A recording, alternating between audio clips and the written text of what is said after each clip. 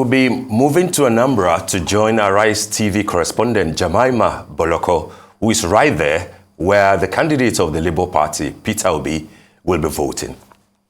Hello, Jemima. Good morning. Morning, Jemima. Can you hear us? Good morning. All right, Jemima. Good morning, everyone. Good morning. Thank you. Yeah, go on. Go on. What's the situation out there in Anambra State? Okay, we just arrived Agulu, Anambra South of the presidential candidate of the Labour Party, Peter Obi's residence, just right behind me here, just a few blocks away from here. And right beside us here is the polling unit where he will cast his vote later on today.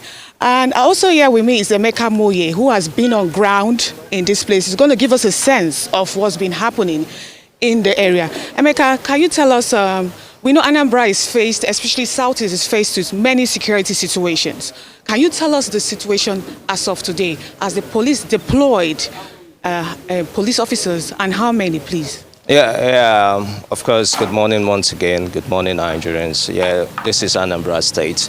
And as of yesterday, when we had the last press briefing with the DIG, I think they've deployed sufficient security operative to man strategic areas in the state, you know, like the general feelings, the fears across the country and perhaps the global community. Anambra State is relatively safe, you know, and the kind of insecurity that we see is not peculiar to the states. It's just the kind of insecurity we see in other states across the federation. It's just some isolated areas, some sanitary zones like Anambra South, which is notorious for insecurity. Iyala particularly, that is where the unknown gunmen basically operate for. For Anambra Central, which is the home of the presidential candidate of the Labour Party, Mr. Peter Obi, it is relatively safe. This is Agulu, and this is Amantutu, the hometown, the village of Peter Obi, which is relatively safe. Of course, this particular town, Agulu, has produced prominent Nigerians. So you recall that the former DG of the NAVDAC and former Minister of Information, the late Professor Dora Akunleye, comes from this village, and also former Senator Joy Modi comes from this village. In all fairness, we did say security has been relatively peaceful around this sanitary zone. Okay, what of the people? I can see some over there. If the camera can just point women and men seated over there, trying to getting ready to cast their votes as we wait for the presidential candidate of the Labour Party. So, what's the mood of the people? Well, generally speaking, I did say is that of excitement, is that of expectation. They're looking forward to this day where one of their sons is contesting for the highest position in the land, which is the presidency. Of course, they are very excited, they're very happy, and they look forward for his victory at the end of the day. Okay, the presidential candidate just took a walk along the road. He'll be back shortly. Well, if you can look around, you can see. But I can't see any security operative at the moment. What is your take on that? Well, in terms of security, like I said earlier on, the whole place is well secured, and everybody can be rest assured that for their safety, it's guaranteed, and that is the reality that we found there. There's nothing to fear about because, according to the police boss, Echeng, when we spoke with him yesterday, as how is he going to protect the major candidate in this election, and of course, you know, Peter Obi being a major candidate, security has been provided for him by the state police command. Thank you, Moye. With the presidential candidate being one of the front runner in Anambra State, we're hoping for a seamless and peaceful election as we wait for him along to come and cast his vote. Also, the people are anxious at the same time because of rising insecurity in Southeast Nigeria. But the people are hopeful here in Southeast. Back to you in the studio.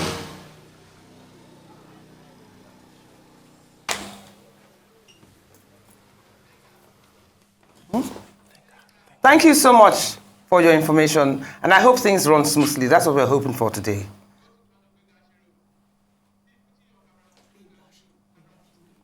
All right, so we cross over to Kano, where Gbenga Shiru, our rights correspondent, is standing by to give us the situation report in Kano. Hello, Gbenga. Thank you, Steve. All right, yes. And Ruth. Okay, so what's going on there? Hi, Gbenga, how are you? The Jigiria. Yeah, thank you, Steve and Ruth. We are live here at the Jigiria polling center at the ancient city of Kano, and you can see around me the massive turnout of voters from the young above 18, presumably. You can see women and the elderly. And when we try to find out, we understood that they've been here since about as early as 6 a.m. in the morning. And that tells you about the political pedigree and pageantry of Kano, which is always a sight to behold. When you talk of politics, this is arguably the powerhouse of politics in this country. We are talking about the PVC collected of over 5,594 PVCs collected and 11,222 polling centers in Kano. So when it comes to election as this, the stake is indeed very high. We also understand that as early as 7 o'clock, INEC had been deploying some sensitive materials to this polling center. So the expectations are really high. The voting enthusiasm here is really ground swelling. Everyone is keeping alert to see how it turns out in this ancient city of Kano. And we also understand that by 11 o'clock, the NNPP presidential candidate, Senator Rabiu Musa Kwankwaso, would be voting in his hometown, which is just about 2 hours from the Kano Municipal Center. Well, Gbenga, that's very good and quite informative. But I'm actually curious, how long is it estimated to take for the registration process? Because if you say people have been there since 6 o'clock, does that mean people will probably still be there till about 12 or 1? How long is INEC estimating to take from when you want to vote, register your vote, and then leave? Just to have a vague idea of how long people are going to be this. I can see women sitting all over. I can see people standing. I mean, they're okay now. They're enthusiastic now. But 2-3 hours down the line, how much enthusiasm is going to be left for them? So what's the registration process like per person? Yeah, thank you, Ruth. You can see some of the coppers. They are meant to play their role as ad hoc staff of INEC. Yesterday, we understood that INEC had deployed most of these materials for accreditation and registering to the polling centers. But it's quite unfortunate that accreditation is yet to begin here. And it's a big minus for a city that has such a robust tradition when it comes to electioneering in Africa.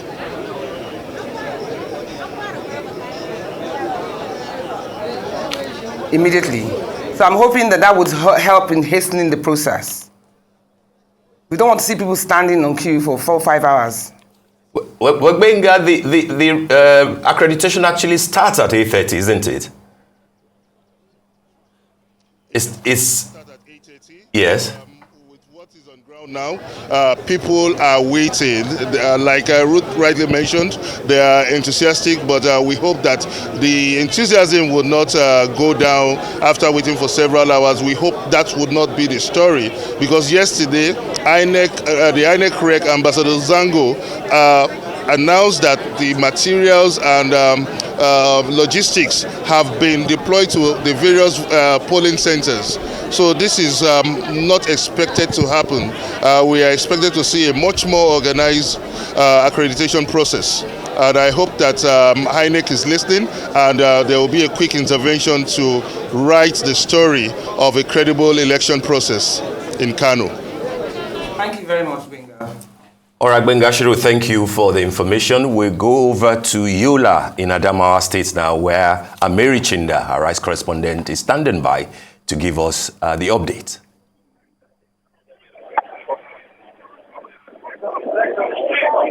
Hello, Mary. Can you hear us?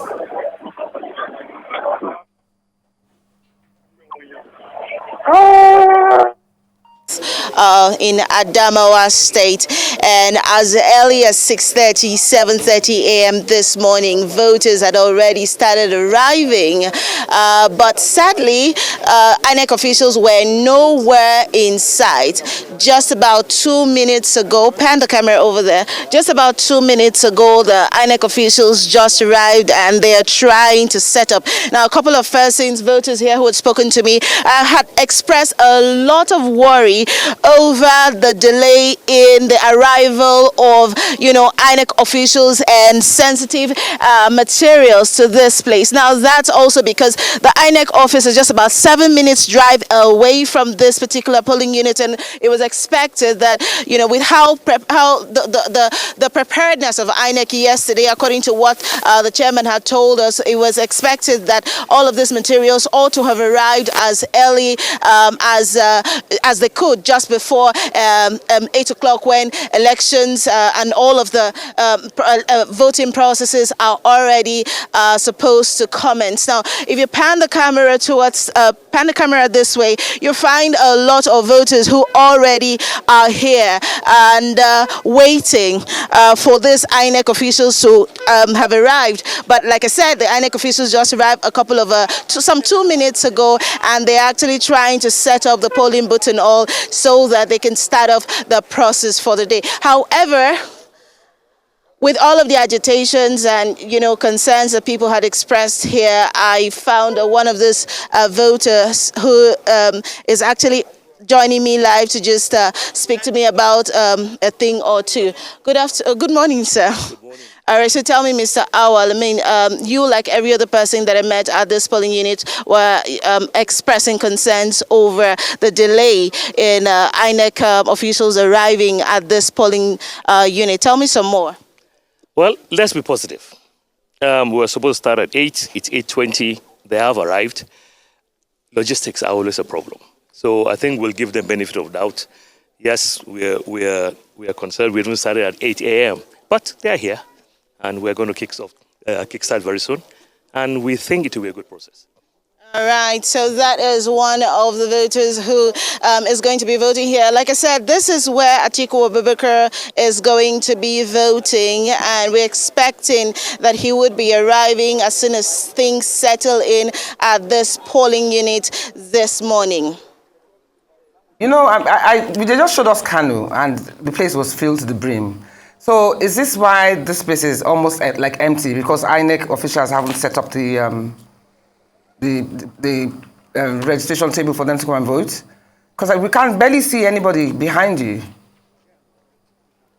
How do you explain the low turnout so far? If the camera is panned a little bit, you just find that we have some voters here. But information spreads really fast. Could you pan the camera? Information spreads really fast. Maybe if INEC officials were here early enough, probably that would have been some kind of encouragement for, people to, troop in here. But right now, the INEC officials just arrived a couple of 4 minutes ago, 5 minutes ago, and this is what the situation on ground is. It's expected that with the arrival of these sensitive materials, and of course, INEC officials voters will, begin to troop in here in just a bit. But whether we're going to have low voter turnout or high voter turnout, that is to be decided by what we find here as the day goes by. All right, Mary Chinda, thank you. That's the situation report from Yola in Adamawa State, where the candidate of the PDP, Atiku Abubakar, will be voting anytime soon. The presidential candidate of the Labour Party, Peter Obi, in his hometown of Agulu in Anambra State, where he's getting ready to cast his vote. In the meantime, he has been sharing his thoughts on what to expect from the elections. It's not by our power. He is the one who grants us the grace. So we must live through that grace. So we don't abuse it. That's why if I have opportunity to serve, I serve the people and don't steal their money, because it's by His grace. It wasn't by my power. The reason why people are here and are looking at me, by His grace. Yeah. If he takes it away, you won't be here. You know. So, what will be the very first thing you will do if you're elected president? Thank God and care for the people. What about otherwise? Nah, well, it's by His grace. Would you be willing to work with any other person if you're not elected president? No, that won't come. But I'm not looking for a job. I'm a very contented person. You know, I just want to serve the people. I want to show compassion. I want to love the people.